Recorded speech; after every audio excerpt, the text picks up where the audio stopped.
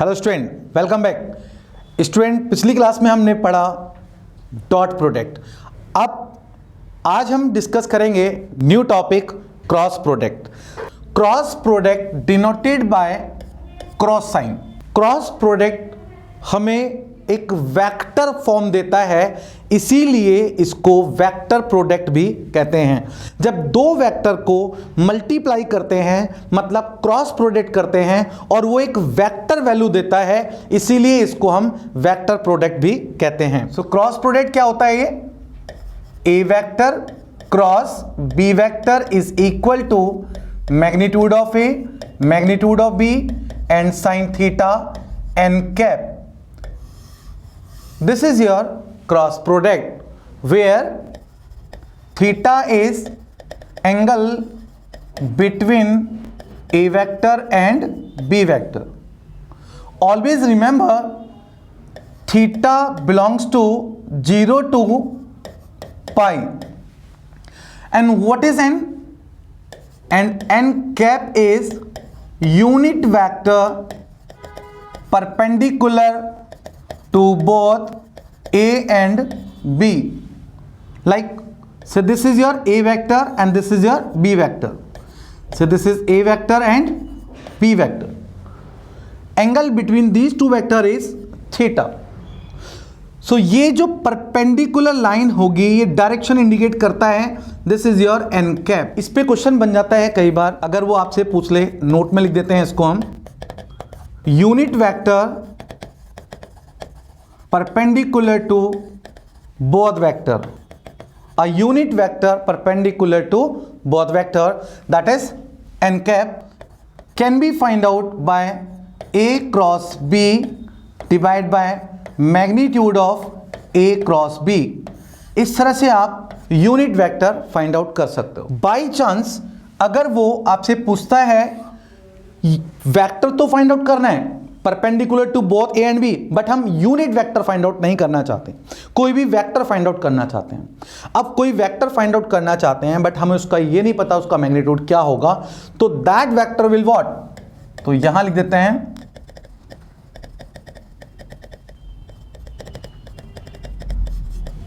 So vector perpendicular to both vector is lambda time A cross B, where lambda is what, any constant value. This is your vector perpendicular to both vector. Now next, cross product in component form. So this is your x y z 3D. Along x-axis this is I and this is j and k. In case of cross product, always remember I cross I is equal to j cross j is equal to k cross k will be 0. Why? Because I cross I is equal to magnitude of I and sine angle between these two vector means I and I. I एक single vector है तो इसके बीच में angle होगा 0. So magnitude of I is what, 1, here 1, sin 0 is 0, so this complete term will be 0. So always remember cross product के case में हम same vector को मल्टीप्लाई नहीं कर सकते। अगर सेम वेक्टर को आप मल्टीप्लाई करेंगे तो उनका प्रोडक्ट 0 आएगा बिकॉज ऑफ एंगल इज 0। तो फिर इसको मल्टीप्लाई कैसे करते हैं? तो एक प्रोसेस होता है इसका, ये क्लॉकवाइज मूव करता है लाइक दिस।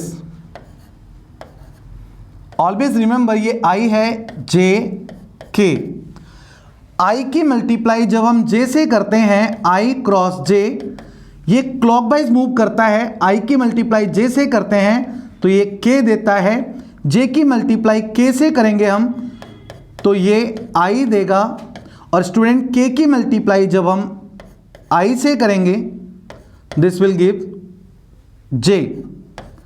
बट अगर हम एंटी क्लॉकवाइज मूव करते हैं J cross I that will give K but with negative sign, this will negative. तो हम ये कह सकते हैं यहां से कि A vector cross B vector will minus time B cross A, this indicate cross product does not follow commutative law. Now but ऐसा हम न्यूमेरिकल सॉल्व करते समय यूज नहीं करेंगे। न्यूमेरिकली अगर कंपोनेंट फॉर्म में आपके पास वेक्टर आता है तो dot product cross product find out करते समय आपको ध्यान रखना होगा, इसकी बजाय आप डिटर्मिनेंट फॉर्म यूज कर सकते हैं।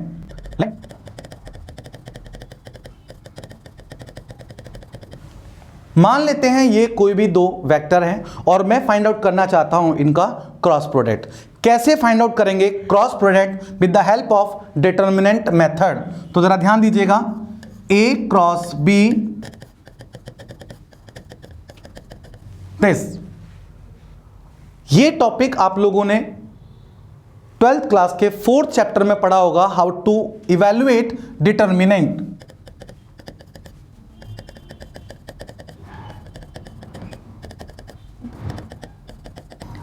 इस तरह आप इसको इवैल्यूएट कर सकते हो। तो ये था हमारा cross product.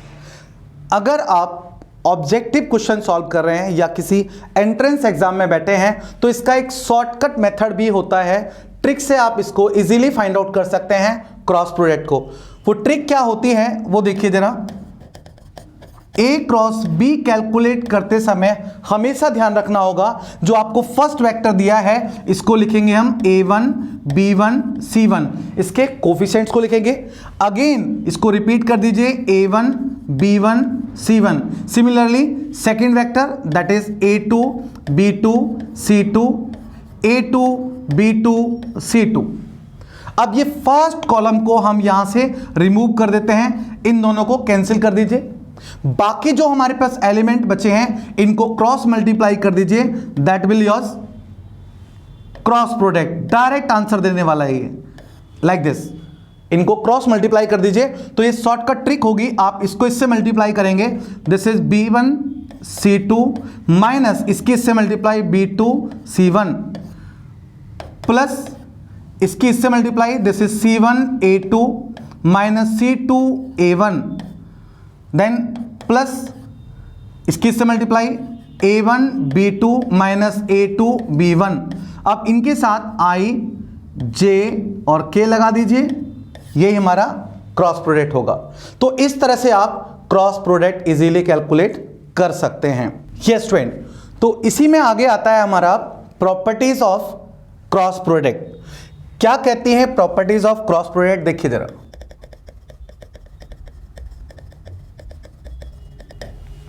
Properties of cross product. First property कहती है A cross B is equal to minus time B cross A।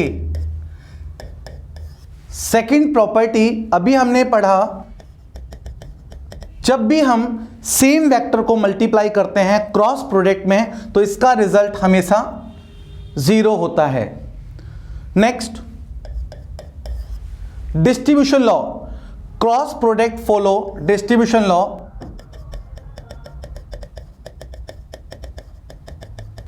Like this, इस तरह से आप इसको फाइंड आउट कर सकते हैं। इसके बाद अगर इसकी एप्लीकेशन की बात करें तो हम with the help of cross product calculate कर सकते हैं area of triangle, area of parallelogram when its sides are given, area of parallelogram when they are given. तो देखिए जरा फॉर्मूला इसका भी इजीली हम देख सकते हैं।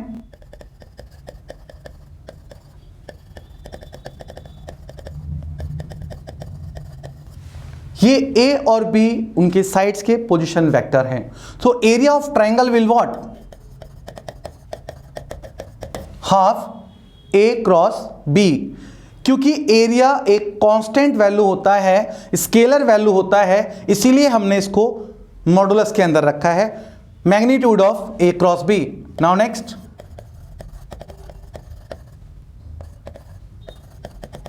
Area of parallelogram, this is mod of A cross B. Now next,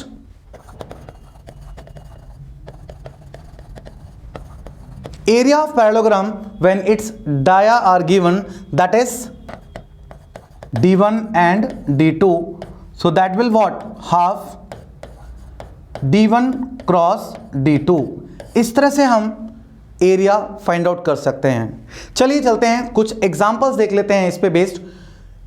अभी जो हमने सीखा क्रॉस प्रोडक्ट कैलकुलेट कैसे करते हैं, तो इस पे बेस्ड कुछ क्वेश्चंस देख लेते हैं। For example, if A B any vector, find A cross B. Very simple question student, अभी मैंने बताया आपको, आप इसको सॉल्व कर सकते हैं with the help of determinant method और with the help of trick.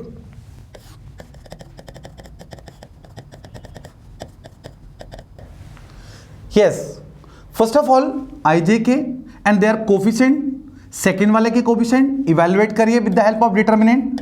What will this, I वाला कैंसिल, आई लेंगे तो इसके डाउनवर्ड और ये साइड कैंसिल और इसके cross multiply, this is 3 minus minus, ये माइनस ऑलरेडी है तो this will what, plus 4 minus J लेंगे क्योंकि ये प्लस माइनस प्लस लेते हैं इवैल्यूएट करते समय, तो अब ये कैंसिल 2 बन जा 2 माइनस 4 बन जा 4 माइनस सॉरी प्लस के लेंगे, ये कैंसिल, इसकी इससे मल्टीप्लाई माइनस 2 माइनस 3 बन जा 3। So finally this will 7i, ये माइनस 2 माइनस ऑलरेडी है तो plus 2j and here minus 5k।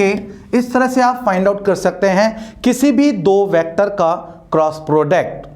Now next एक और क्वेश्चन करके देखते हैं इसी टाइप से। बाई चांस अगर आपसे क्वेश्चन पूछा जाता है, if A vector is 2i minus 2j plus k, these are two vector, और क्वेश्चन पूछता है वो आपसे find unit vector perpendicular to both vector, unit vector perpendicular to both vector. अभी आपने देखा क्या होता है यूनिट वेक्टर। यूनिट वेक्टर होता है बच्चे A cross B divide by magnitude of A cross magnitude of A cross B. So first of all calculate A cross B. What will A cross B,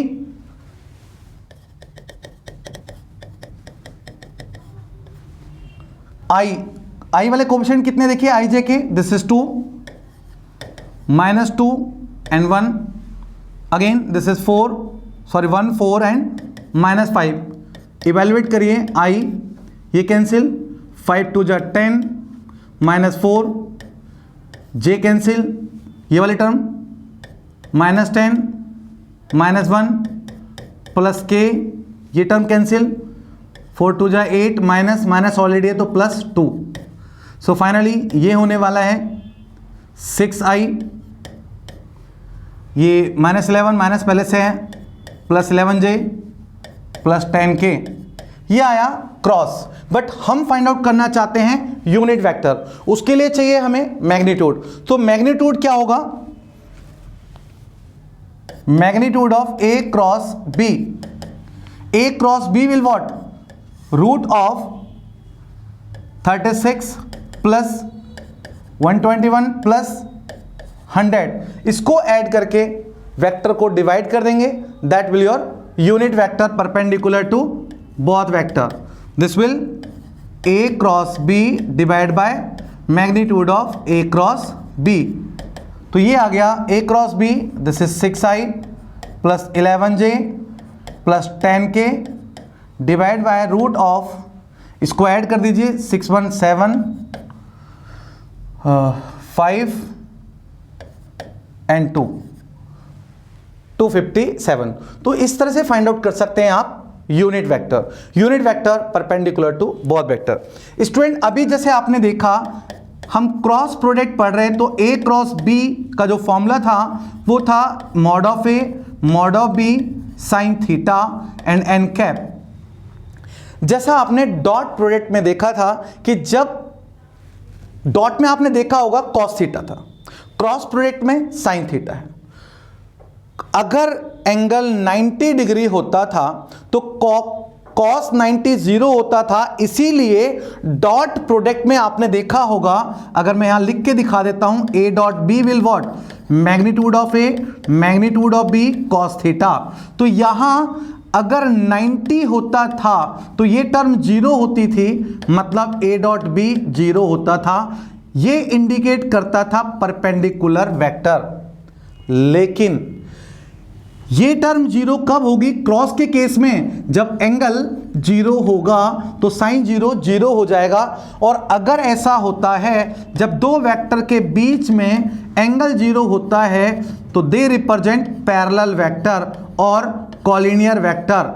तो यहां ध्यान रखने वाली बात यह है कि अगर डॉट 0 होगा तो वो परपेंडिकुलर होंगे, और अगर क्रॉस 0 होगा तो इसका मतलब वो आपस में पैरेलल होंगे।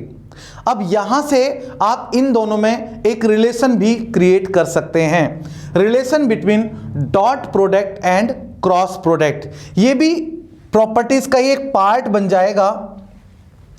अभी जैसे मैंने बताया आपको, A cross B is what, mod of A mod of B sine theta. और अगर मैं बात करता हूं A dot B, what will this, mod of a mod of b cos theta। so this is your first and this is your second। अगर मैं squaring और adding both side करता हूं, so what will this,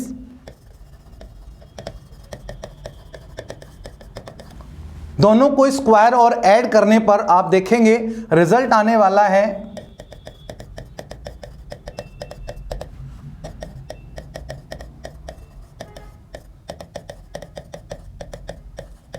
यहां से आप देख रहे होंगे mod of A square mod of B square common आने वाला है,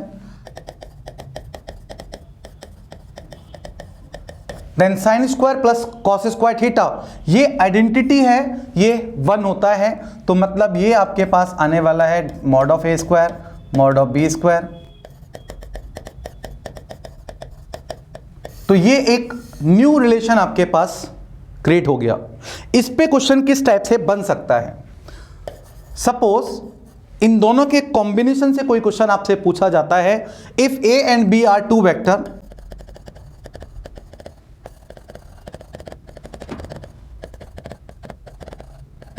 अगर आपसे इस टाइप से कोई क्वेश्चन पूछा जाता है, then how to calculate mod of A cross B.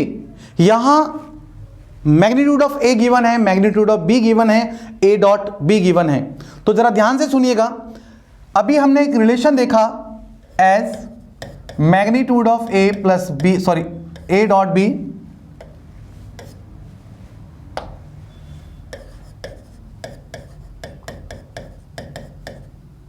Plus A dot B whole square is equal to mod of A square mod of B square.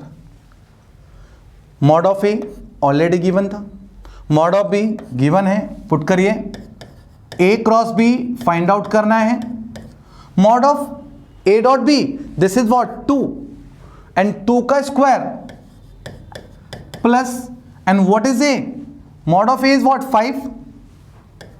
5 का स्क्वायर, बी 3 का स्क्वायर।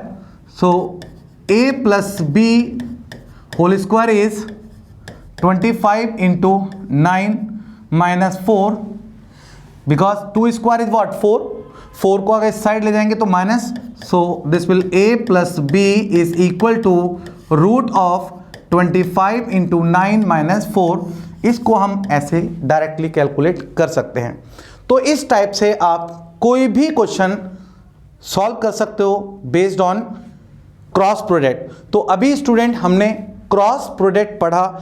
अगर cross product में आपको कोई भी doubt है तो आप कमेंट कर सकते हैं। अगर वीडियो आपको अच्छी लगी तो उसको लाइक करें, शेयर करें और इसकी कंटिन्यू वीडियो देखने के लिए चैनल को सब्सक्राइब करना ना भूलें। मिलते हैं नेक्स्ट क्लास में। अपना ध्यान रखिए, सेफ रहिए, सुरक्षित रहिए।